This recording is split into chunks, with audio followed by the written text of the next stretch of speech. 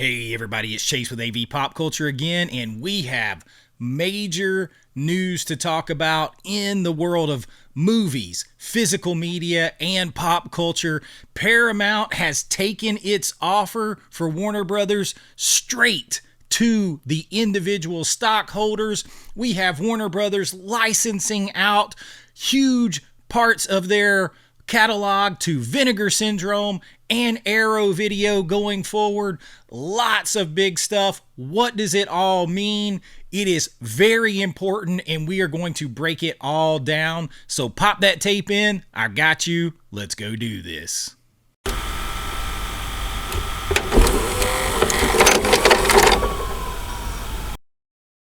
All right, so yesterday there was a bunch of big news that broke when it comes to this world that we love. Movies, physical media, pop culture, it is all tied together, and there are major things happening. And after kind of checking the temperature online, I realized that a lot of people are, maybe through no fault of their own, through lots of sort of propaganda coming in, or just sort of people, they retreat to their corners and argue one way or the other, and they miss the facts. It's sort of the missing the forest for the trees kind of thing.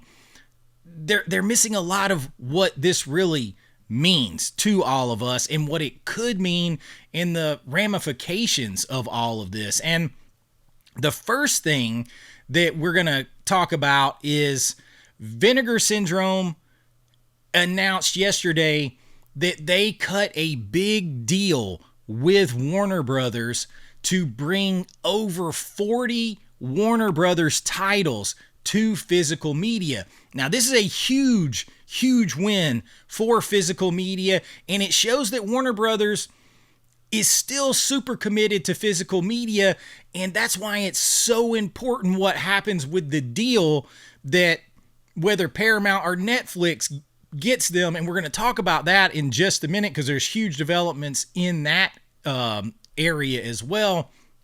And I think a lot of people are just really missing the impact of all this. So if you don't know, Warner Brothers, they put out a lot of stuff on physical media. They put out a lot of great physical media releases. They're number one in theatrical releases each year for the most part, if not box office in total releases. So they are committed to the old studio model, the window that really truly used to work a whole lot more. That honestly, if we want to save Hollywood and we want to save physical media and we want to save art, it's a no-brainer from a financial standpoint and a creative standpoint to sort of more move back to that old model of, you would release a film, it would be at the movie theaters for 3 months, 4 months. If it was a really big movie, it'd be there 6 months or longer. But let's just say the old 90-day to 120-day window. Then you would have a blackout date of, or time period, a blackout window of anywhere from another 60 days to 90 days or more. And then that movie would be released for rent at the, Blockbuster Video or whatever it was. Then you would have a 30-day exclusive window for rentals. Then you would go on after that and you would release that on physical media to purchase at home. And there would be another window through purchases. And it would be 6 months, maybe 9 months or longer. And then it would come to pay television, like HBO, or later to streaming, or video on demand later. Those again came later. It used to just be, to cable TV. And then you would have another window where it would be exclusive in those spots before it would come to broadcast TV, where you would make even more money through advertising. So you had all of these revenue windows that you created for yourselves, and a new hype window, as I would call it, because you get excited that it would come out in theaters. Then you would have to wait, and you would get excited that it would come out for rent. Then you would get excited again that you could buy it. Then people would see it on cable, and so on. So you had all of these windows to bump up your revenue. Well, now, in a race to make it as easy as possible, throw as much content out as possible, and all that kind of stuff. We've almost eliminated all of that. Because the movies that are released in the theaters by a lot of these people, particularly if Netflix does release anything, they're there maybe 10 days, 2 weeks, and people don't have an urgency to go see them because they know they're going to be available to rent or stream in a week or two. So there's no push to go into the theaters. There's no chance for a movie to organically permeate the pop culture and become part of the popular zeitgeist to where more people go and see it. You've taken that away. You've taken away the excitement. You've taken away the chance of a movie to succeed and to find its audience. And in doing so, you've destroyed your first revenue window at the movie theater. Now you've also destroyed your second revenue window because streaming itself destroyed rentals. First destroyed Blockbuster and Hollywood Video after the mom and pops went away. Then it destroyed Redbox. You've destroyed it completely. You've destroyed the rental window. So now you've lost that revenue window. So now you're 100% banking on streaming, and then streaming, because they don't want their proprietary content to be out there, you've destroyed broadcast for the most part. So you've lost this other revenue window. And as someone who, and I hate talking business and economics. I have an MBA and I hate it. I hate it. I don't like talking business and economics. But from a purely economic standpoint, I know there's a lot of really smart people out there, but they have made some seriously dumb decisions when it comes to how to maximize revenue on a product you've created, because you've taken away multiple points of sale.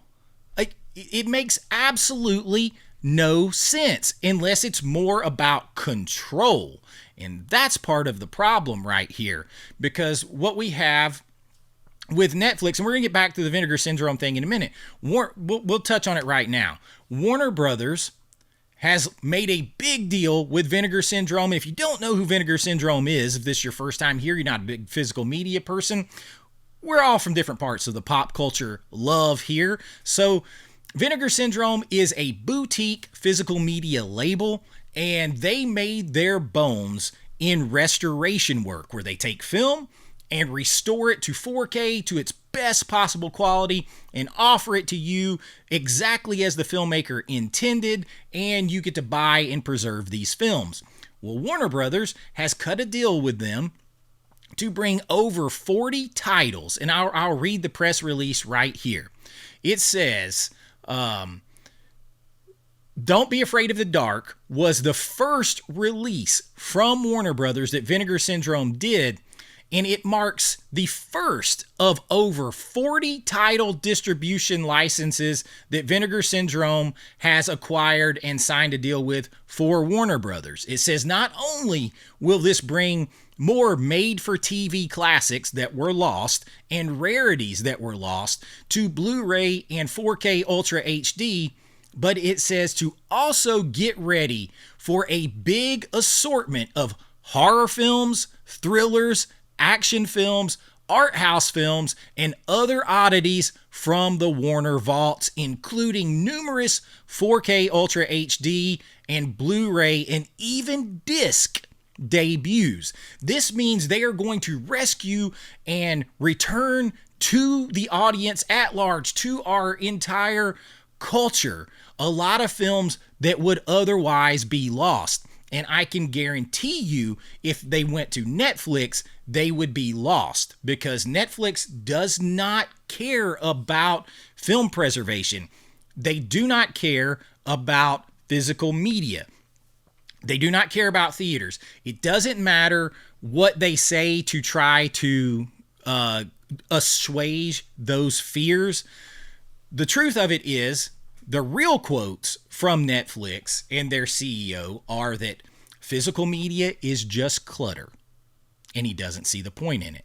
He sees theaters as outdated models that need to go away. He said that he will continue, if they acquire Warner Brothers, they will continue to release films theatrically until, this is the key part that people keep missing, only until the current commitments to the theatrical windows are completed. But even within that, he looks to shorten the theatrical release windows even more.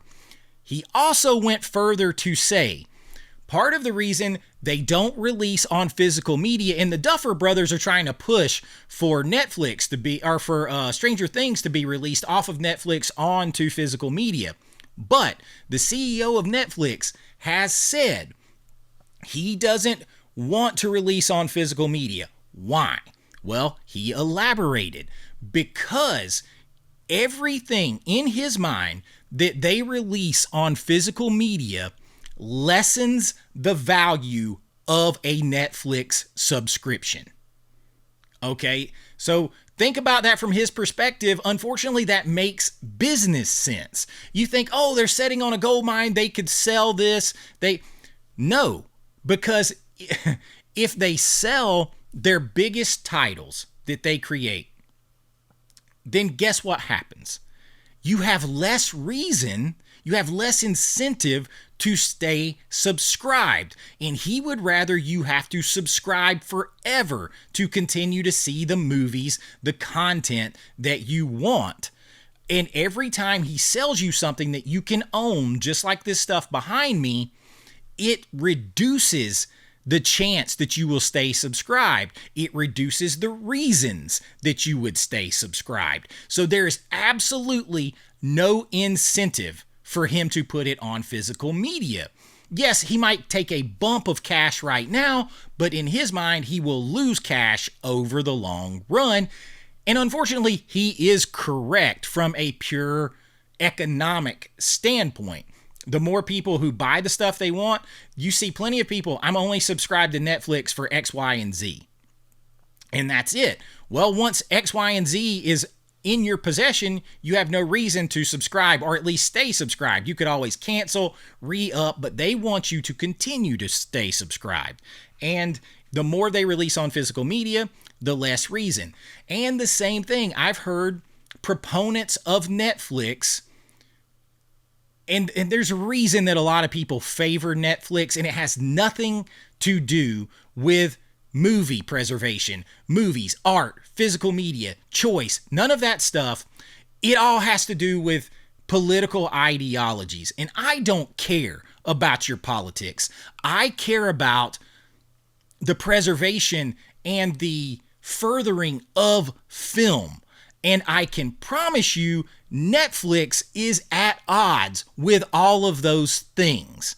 And if you have to take off I don't care if you're right, left, center, look at it on its merits, all right? Because when it comes down to it, it's money and power. And with Netflix, if they take Paramount, or if they take Warner Brothers instead of Paramount, then they are going to have unlimited power to control the movie industry. Not just the industry going forward, but all of the industry that has been. Because Netflix will own over 50% of streaming subscriptions. They will own a monopoly. They will also own the #1 theatrical release studio.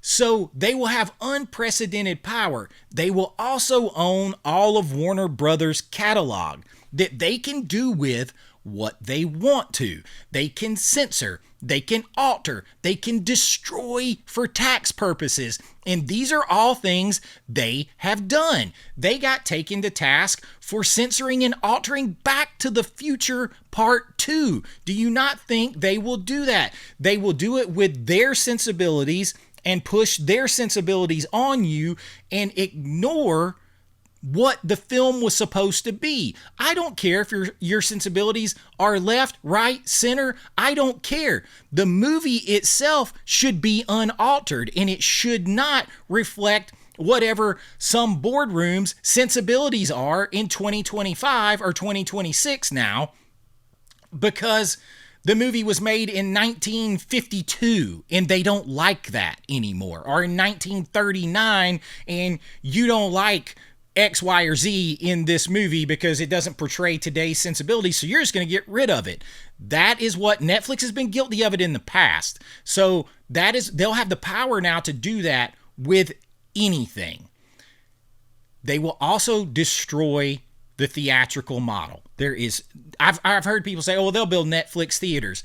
There is literally no financial incentive for them to do that. Why would they take billions of dollars and spend on Netflix theaters when they'll have to put out all that money, fork out all that money up front, when they could just say, hey, you want to see it? You have to subscribe to us. It costs us nothing extra, and we just get fresh money. We don't have to put in additional investment.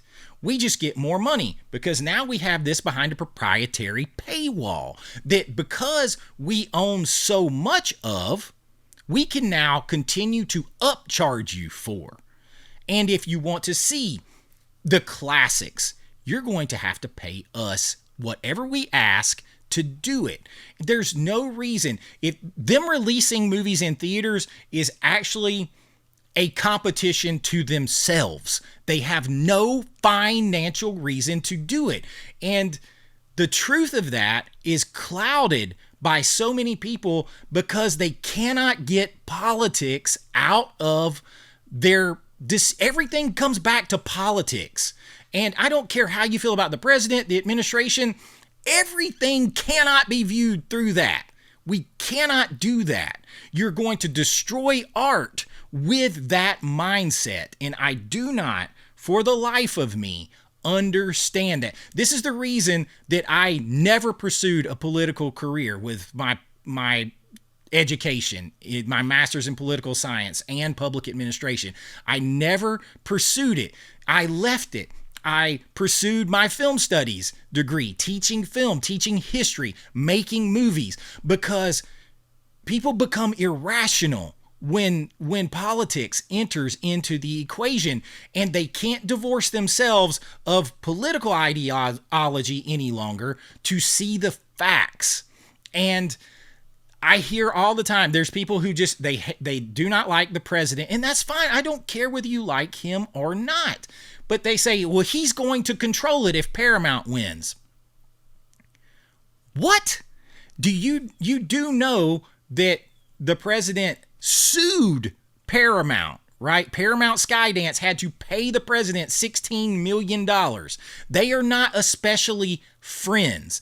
The Ellisons are way, way more wealthy than the president ever dreamed of being. And they don't need him. And you could say, well, they need him to approve the sale. No, they don't. Because Paramount is in no way approaching antitrust issues if they acquire Warner Brothers, because they're so small by comparison. Whereas Netflix, that deal is going to have a lot of scrutiny. Now, there's a very intelligent man on a business broadcast talking about this, and hopefully I can have been or will sprinkle clips in of that, and he points this out. They're more than 50% of all streaming. And I don't think that we should include YouTube streaming.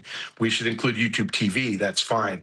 But honest to God, Netflix and HBO combined are more than 50% of all monthly streaming subscribers on the planet, and higher in the US. They are bigger than everybody else combined. Their revenue is bigger than everybody else combined, and they will have a bigger budget for content than everybody else combined. So that's sort of like Amazon and Walmart merging. Honestly, politics aside, there is no chance this thing survives regulatory scrutiny. No chance. And Netflix will own a monopoly. Now, that's going to have a very hard time surviving regulatory control. You have people that say, well, yes, but I don't want our administration involved in this, because if they control, if Paramount wins, then Trump is going to somehow control CNN.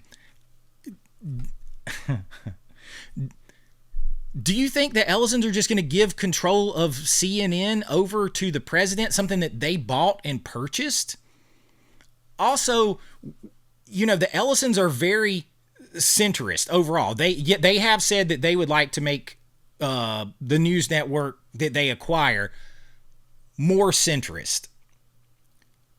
I'm not really sure what's wrong with news used to not be shaped through partisan lenses. It just used to report facts. It has only been in the past 15, 20 years that it has really become narrative shaping to this level. And honestly, I would dig something that is neither right nor left, that is just give me the facts. Just give me the facts of it. If that's what they're going to do, then I have no problem with it. But you also have to understand that third parties have identified that over the last 20 years, the news has been largely, and I'm talking over 90% slanted to one side. Now, I don't care what side you're on. That, again, is just the facts. Give me the facts. I don't care about whose side it's on. If it's 90% either way, it is wrong. And it shouldn't be slanted. News should be about reporting to you the facts, not shaping a narrative. So if you're to the point where you're ready to see theaters die, physical media die, movies die, all of that stuff, because you're afraid that one news channel might not slant one way or the other, but might be down the road, or you're just afraid that it'll slant the other way when there's countless others that slant the other way, again, you are missing the forest for the trees. There will be a death of theater. There will be, and let me tell you something about this. If theaters die, people are like, people don't go to the movie theaters anyway. You're still talking about a billion upon $billion industry. So yes, they do. But addition to that, it's Netflix that's killing the theaters already. They've destroyed that window. Streaming is what's doing that. But it's not just the movie theaters. And it's not, and you could be on the far right and say, well, Hollywood deserves it anyway. No, they don't. And it's not just Hollywood. Understand this. It is not just Hollywood. It is everybody. My mom has a plumbing company. They do new commercial plumbing, right, for businesses. So the plumbers who put stuff in movie theaters, who put the bathrooms, who run the water, they're affected. The people who supply businesses that have their whole model is to supply concessions to movie theaters, they're gone. The people who create sound equipment and projection equipment and stuff for movie theaters, they're gone. The people who install all of that, they're gone. All of the people who work at those movie theaters, they're gone. The construction companies lose out on building those, they're gone. The people who own the buildings those are in right now, destroys them. This is economics on many levels. It's not just, well, we don't go to the theater anyway, so I don't care. Now, if all of that happens, if Netflix wins it and all of that happens, guess what? You have crippled the economy. You've crippled every business that is connected to the theater process and to the physical media creation process. You have crippled and destroyed them. What do you think that will do to the overall economy? It will hurt it. So people get so blinded by their ideologies one way or the other, they ignore the facts of what's happening. And ultimately, whenever you get news that's very far one way or very far the other way, that's what they want you to do. They want you to ignore the facts of the situation and get you fighting and arguing and miss the forest for the trees. And that's what's happening. I am in a physical media lovers group on Facebook. And when this story came out, and I'm going to put it up here, Paramount is going directly to individual. They don't care if you own 10 shares. They're going to the individual in order to buy the shares up. And why are they doing this? Because the Netflix board, who actually does not control, here's something else, people, listen, the board doesn't actually get to make the decision for everyone. They do not. Okay. In the end, shareholders have the ultimate power in a situation like this.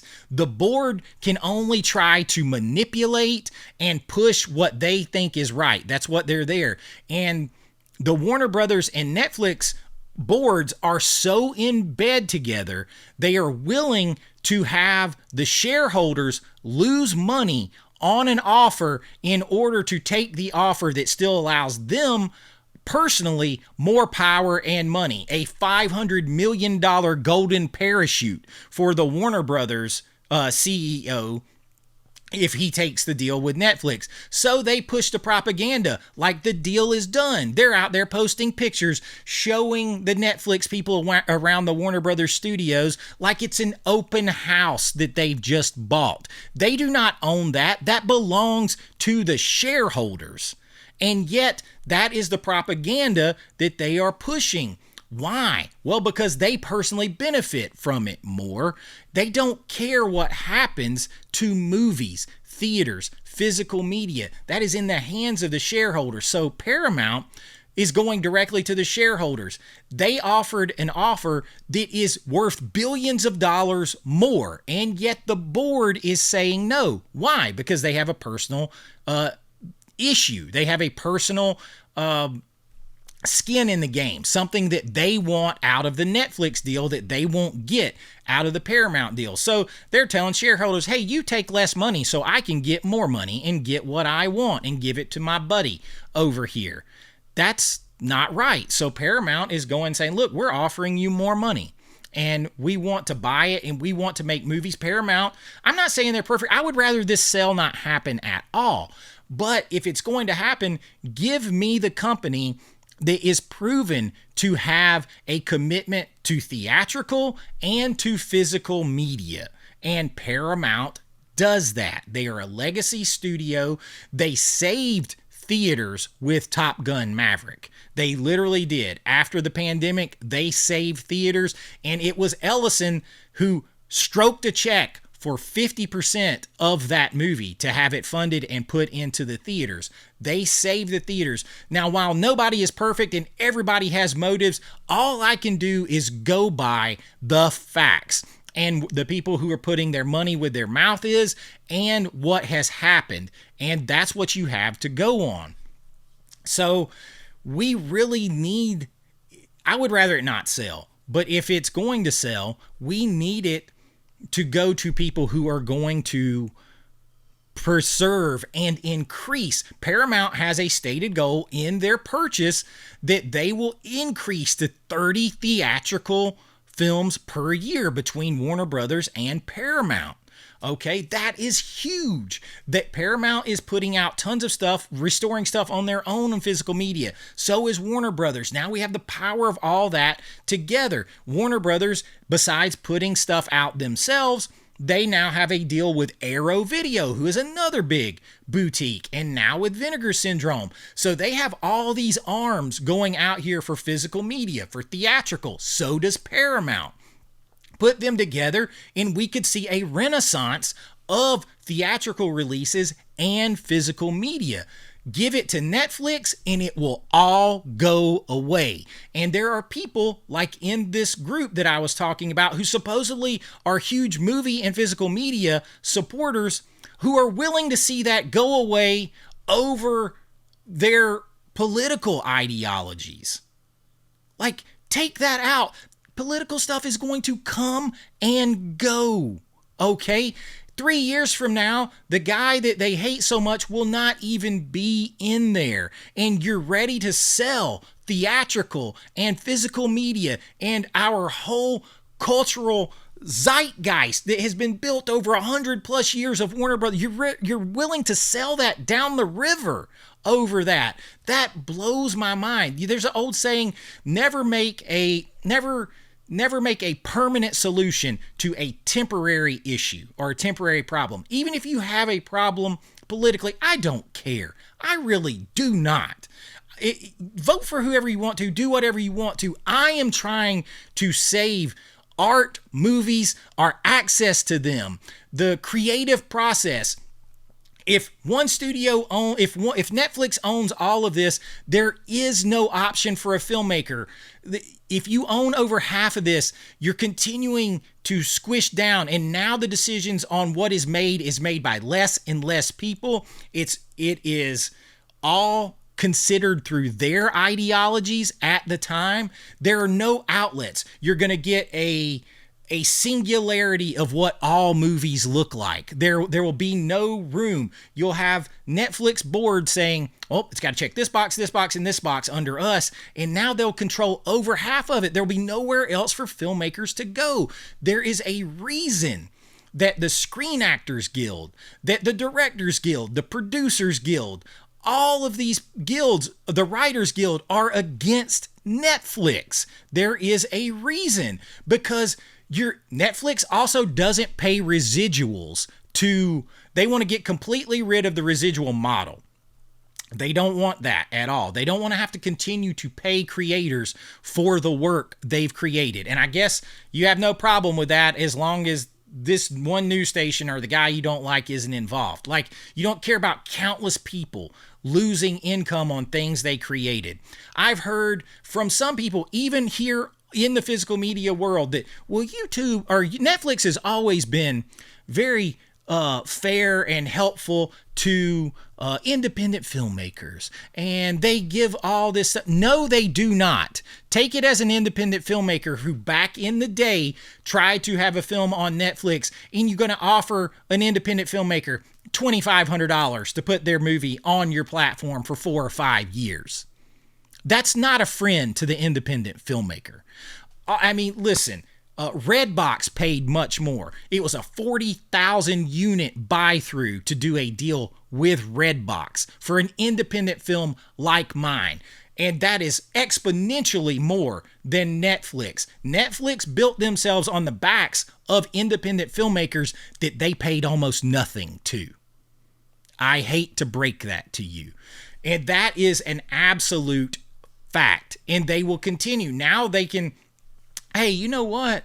I don't know. Let's take this Warner Brothers title over here that's a classic that we don't like. You know what? We don't like Mel Gibson over here. We don't like his sensibilities. Let's just destroy all the Lethal Weapon films and say, hey, those have a future worth over time of $10 billion. We're going to destroy them. You can never access them again, and we will take a $10 billion tax write-off over time for the loss on the future earnings of those movies. They will be able to do that if they want to. This is something that has already happened not only on Netflix, but Disney Plus. They're destroying content to keep from paying for it. And if they don't agree with it, they can take the loss, and it's like a profit. It's like a $10 billion profit that they can take by getting rid of something they don't agree with. Yet I hear people who are in favor of Netflix saying, well, we worry about censorship and we worry about propaganda over here if Paramount gets it. And they're totally ignoring what Netflix has actually done. Okay? Like, I don't care where you are. I care about the facts. And these are the facts of the situation.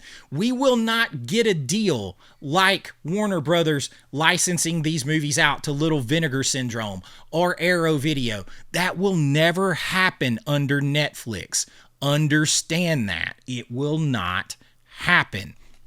I'm not sure why this is difficult for people to understand, except for we've gotten so far into our political corners over the last decade and a half that we literally can't see the forest for the trees. We can no longer see the facts of the situation. And I don't like doing videos like this, but I see so much out here. It hurts my heart. It really, really does, that you would sell this thing we love so much, 100+ years of Hollywood tradition, of the theatrical runs, and every business tied to them, every job tied to them, to every job tied to physical media, every business tied to physical media, all of our collective variations in interest in films, all that stuff. You would sell all that down the river just because Orange Man bad. For a lot of you, it boils down to that. And I don't care whether you look, nobody's going to agree with everything all the time. I don't care if you like him or not. I care about movies. I don't even watch the news most of the time because I don't want to be stressed out or propagandized by anyone. I go and find the facts of the situation and not repeated headlines that are not facts, but actually researched, independently verified facts. Okay, I see a lot of headlines being regurgitated as facts. And unfortunately, that is a part of our real obsessed, headline obsessed culture. Don't sell all of our real art, our real creativity, our real history of cinema down. Don't sell it down the river just because of a temporary administration you don't like. Okay? Don't. And I've seen people complain, well, if Paramount gets it, then we're going to go back to, they've said they're going to go back to making movies that are pure entertainment and spectacle and fun like we had in the 80s and 90s. What is wrong with movies like we had in the 80s and 90s? Did you see how well Top Gun Maverick did? Did you see how well F1 did? These are very 80s and 90s type movies that don't deal with any kind of politics on any side of the aisle. They're just entertainment and good storytelling made competently. Oddly enough, made by the same director. But do you know F1 made more money at the theater than Superman, than James Gunn's Superman? It made more money without all the advertising and everything else. It made more money at the theater than Superman. There's a reason. It was entertaining. It wasn't controversial one way or the other. The same with Top Gun. What is wrong with getting more movies like that? I ask you, what is the problem with that? It makes no sense to me. We will not get deals like the Vinegar Syndrome deal or the Arrow deal. Those will go away. Theaters will go away. Movies as you know them will go away. Warner Brothers' catalog will be held hostage and subject to censorship, change, or deletion at the whim of anyone else. That Netflix will then be able to continually increase prices even more because there will be less competition and they will have more what they call content. Now, I have heard other creators say, well, I wouldn't have found X, Y, or Z movie if not for Netflix, so that makes them awesome. You are wrong. You're wrong. You want to know why? Because when a movie is on Netflix and locked on Netflix, that is the only way you can discover that movie. That's the only way. Okay? Whereas before, you would have been able to discover it at the theater. You would have then been able to discover it at a video rental store, strolling the aisles. After that, you would have been able to have a chance to run up on it in a store and buy it. Go check it out at home yourself. Then later on, if you missed all those opportunities, you would have been able to check it out on TV, old broadcast TV or cable TV. You would have had so many avenues to discover that film. Whereas now, the only way you can discover that film you ran up on is if you have high-speed internet that you're paying for and a Netflix subscription that you are paying for, and you happen to run across it because they have the content held behind that paywall and there's no other way for you to discover that film. So no, that is not a good thing. Having more ways to discover films is the good thing. Do you understand that more competition, more outlets increases quality and drives down price? The more competition, the more outlets, the more it increases quality because everyone has to compete with each other for your attention and your dollar. And therefore, it will also drive down price. That's how economics works, okay? It's the same issue I had with Ignite Films and their release of Reanimator And I'm still trying to explain this to people because all they care about, they're missing the forest for the trees. All they care about is that now Second Sight, a much bigger company, is offering that film to them, that same 4K release of Reanimator, for $20 less, $15 or $20 less. That's all they care about. And they're missing what that can do negatively. They're missing the fact, imagine that you and one buddy, you scraped together all the money you had to buy the license to a movie like Reanimator.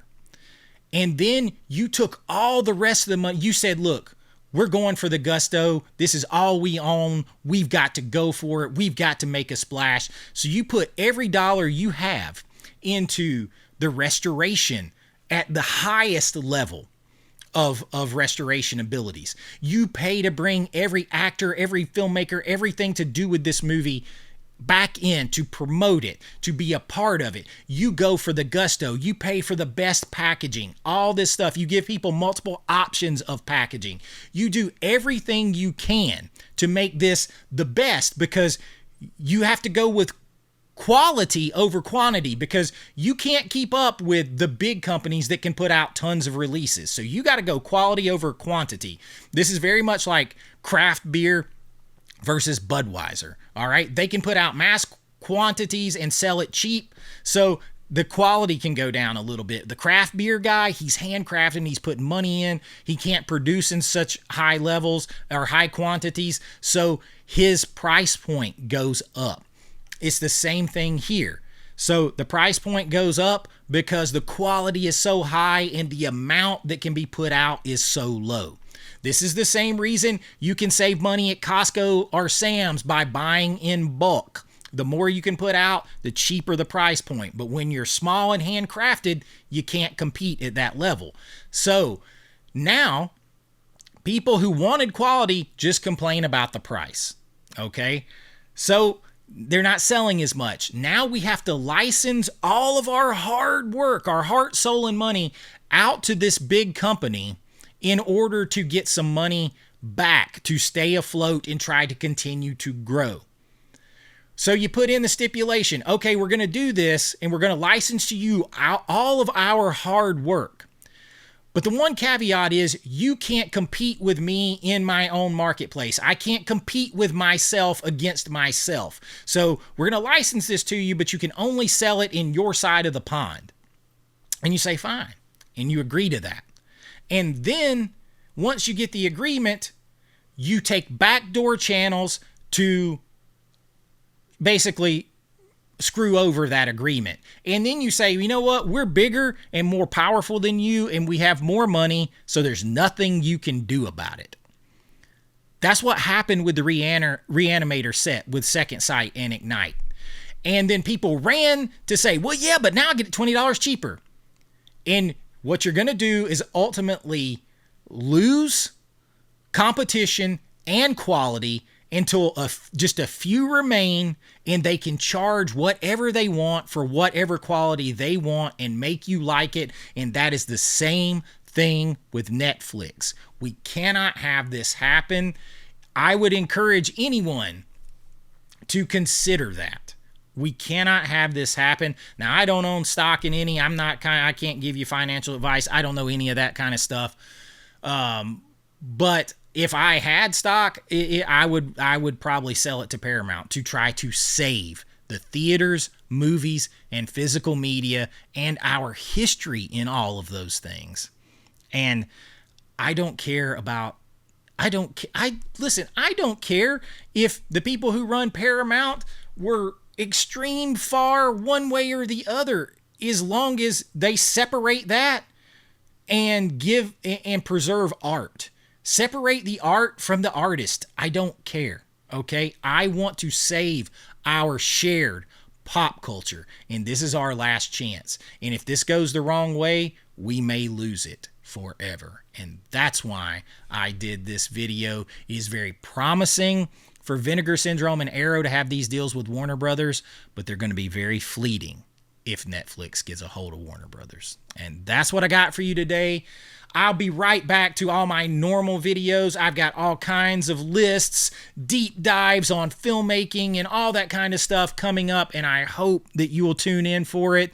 And like and subscribe, y'all. That really helps us out. I am passionate about movies and preserving them and our pop culture. It means more to us. It's what connects us above all else. It will connect us. Don't let the thing that connects us the most be destroyed. Don't let that happen.